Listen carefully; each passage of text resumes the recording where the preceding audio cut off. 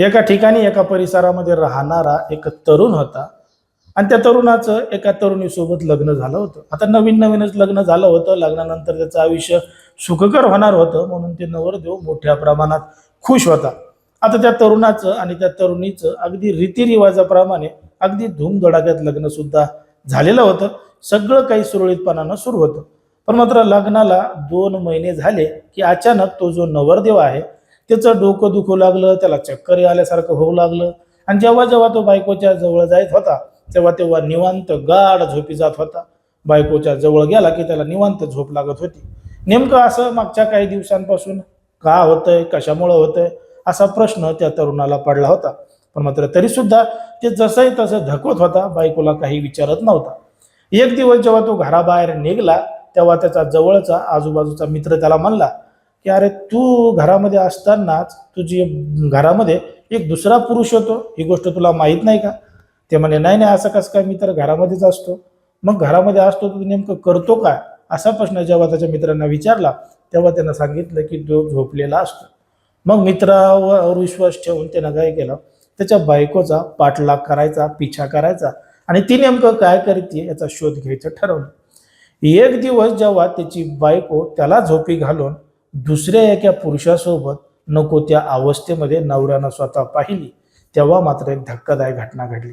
नेमकं काय आहे संपूर्ण प्रकरण, कुठं घडली ही घटना, हे आपलं अगदी सविस्तरपणे बघायचं आहे. पण जर तुम्ही अजूनही आपलं चॅनल सबस्क्राईब केलं नसेल तर लगेचच करून घ्या आणि बाजूला असणाऱ्या बेल नोटिफिकेशनला सुद्धा ऑन करायला विसरू नका. आता ही जी संपूर्ण घडलेली घटना आहे ती आहे उत्तर प्रदेश राज्यातील झाशी जिल्ह्यातील चिरेगाव पोलीस ठाण्याच्या हद्दीमध्ये घडलेली संपूर्ण घटना आहे. आणि या ठिकाणी या परिसरामध्ये राहणारा एक तरुण होता. त्या तरुणाचं 24 जून 2026 रोजी लग्न झालेलं होतं. आता लग्नानंतर सगळं सुखकर होईल, सगळं काही चांगलं होईल असं त्या तरुणाला वाटत होतं. पण मात्र लग्नाच्या काही महिन्यानंतरच तो बायकोच्या जवळ गेला की निवांत झोपी जायचा. मग त्याला नेमकी झोप का लागते, कशामुळे लागते, त्याचं अंग दुखतंय असं त्याला वाटत होतं. पण मात्र कधी त्याने बायकोला विचारण्याचा प्रयत्न केला नाही.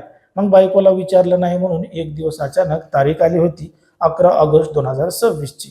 11 ऑगस्ट 2026ला त्याच्या बायकोनं पुन्हा एकदा त्याला झोपी घातलं आणि त्या प्रियकराला तिनं थेट घरामध्ये बोलवलं. आता घरामध्ये बोलल्यानंतर तिला वाटलं कोणीही बघितलं नाही, काय नाही, कारण की मागच्या अनेक महिन्यापासून हेच कार्यक्रम त्या ठिकाणी चालू होता. पण मात्र आता शेजाऱ्या पाजाऱ्यांनी त्या पुरुषाला त्या महिलेच्या घरात जाताना पाहिलं होतं. पण मात्र तिचा नवरा घरी असून सुद्धा तो विरोध का करत नाही असं आजूबाजूच्या लोकांना वाटलं.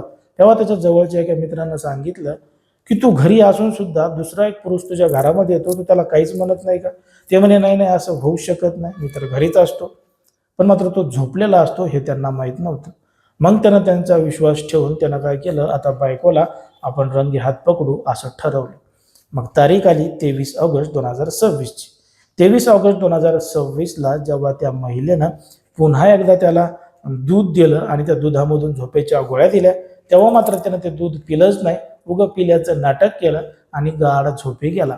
तो झोपी गेला की त्याच्या बायकोनं पुन्हा तिचा प्रियकर घरामध्ये बोलावला आणि त्याच्यासोबत सगळं काही करण्याच्या प्रयत्नात होती.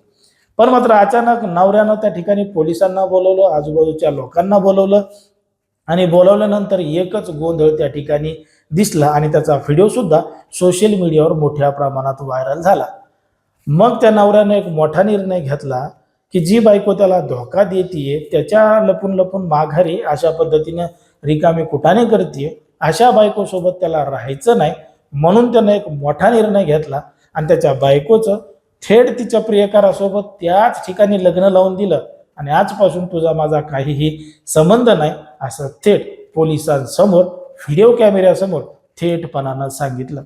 आता त्या पुरुषानं घेतलेल्या या निर्णयामुळं अनेकांनी त्याचं कौतुक केलेलं आहे, स्वागत केलेलं आहे. कारण की या संपूर्ण प्रकरणामध्ये कोणाचाही जीव गेला नाही, कोणाची हत्या झाली नाही, उलट त्यानं चांगला निर्णय घेतला. जर त्याची बायको त्याला धोका देत असेल, त्याच्या माघारी रिकामी लफडे करत असेल आणि त्या महिलेला सुद्धा याच्यासोबत राहायचं नसेल, तिला तिचा प्रियकर याच्यामध्येच खुशी असेल तर तिनं सुद्धा त्याच्यासोबत राहावं असं सुद्धा बऱ्याच जणांनी सांगितलेलं आहे. पण मात्र या संपूर्ण प्रकरणाचा व्हिडिओ सोशल मीडियावर व्हायरल झाल्यामुळं संपूर्ण राज्यभरामध्ये आणि देशभरामध्ये याच प्रकरणाची चर्चा सुरू आहे.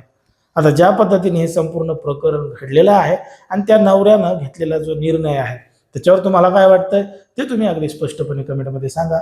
आणि अशाच पद्धतीचे नवनवीन व्हिडिओ पाहण्यासाठी आपल्या चॅनलला लगेच सबस्क्राईब करायला सुद्धा विसरू नका.